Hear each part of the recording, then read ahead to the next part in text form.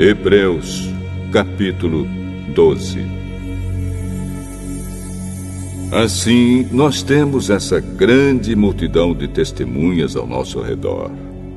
Portanto, deixemos de lado tudo o que nos atrapalha e o pecado que se agarra firmemente em nós e continuemos a correr, sem desanimar, a corrida marcada para nós.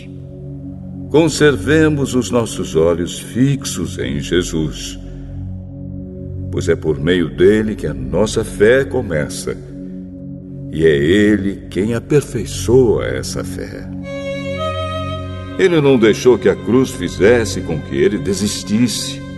Pelo contrário, por causa da alegria que lhe foi prometida, ele não se importou com a humilhação de morrer na cruz e agora está sentado do lado direito do trono de Deus. Pensem no sofrimento dele e como suportou com paciência o ódio dos pecadores. Assim vocês não desanimem, nem desistam, porque na luta contra o pecado vocês ainda não tiveram de combater até a morte. Será que vocês já esqueceram as palavras de encorajamento que Deus lhes disse, como se vocês fossem filhos dele? Pois ele disse: preste atenção, meu filho, quando o Senhor o castiga, e não se desanime quando ele o repreende. Pois o Senhor corrige quem ele ama e castiga quem ele aceita como filho. Suportem o sofrimento com paciência, como se fosse um castigo dado por um pai, pois o sofrimento de vocês mostra que Deus os está tratando como seus filhos. Será que existe algum filho que nunca foi corrigido pelo pai? Se vocês não são corrigidos, como acontece com todos os filhos de Deus, então não são filhos de verdade, mas filhos ilegítimos. No caso dos nossos pais humanos, eles nos corrigiam e nós os respeitávamos. Então devemos obedecer muito mais ainda ao nosso Pai Celestial, e assim viveremos. Os nossos pais humanos nos corrigiam durante pouco tempo, pois achavam que isso era certo. Mas Deus nos corrige para o nosso próprio bem, para que participemos da sua santidade. Quando somos corrigidos, isso no momento nos parece motivo de tristeza e não de alegria. Porém, mais tarde, os que foram corrigidos recebem como recompensa uma vida correta e de paz.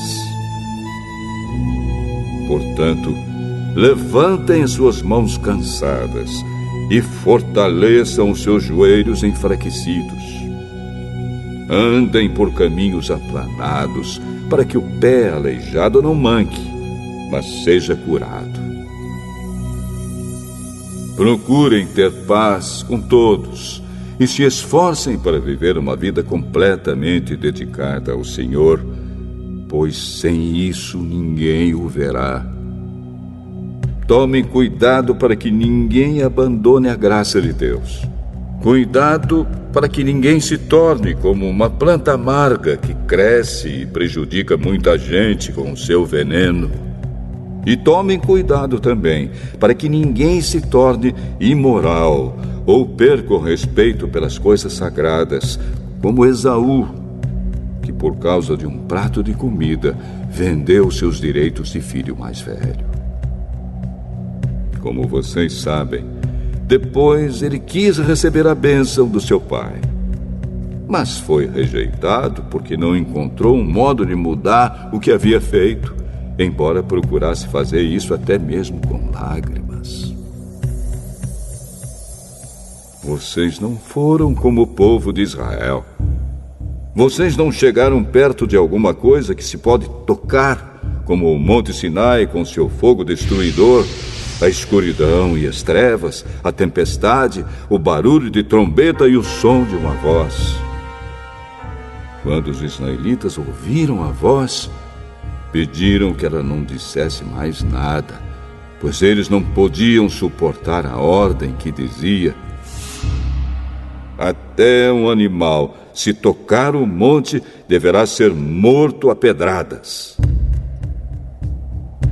O que estavam vendo era tão terrível que Moisés disse: estou tremendo de medo.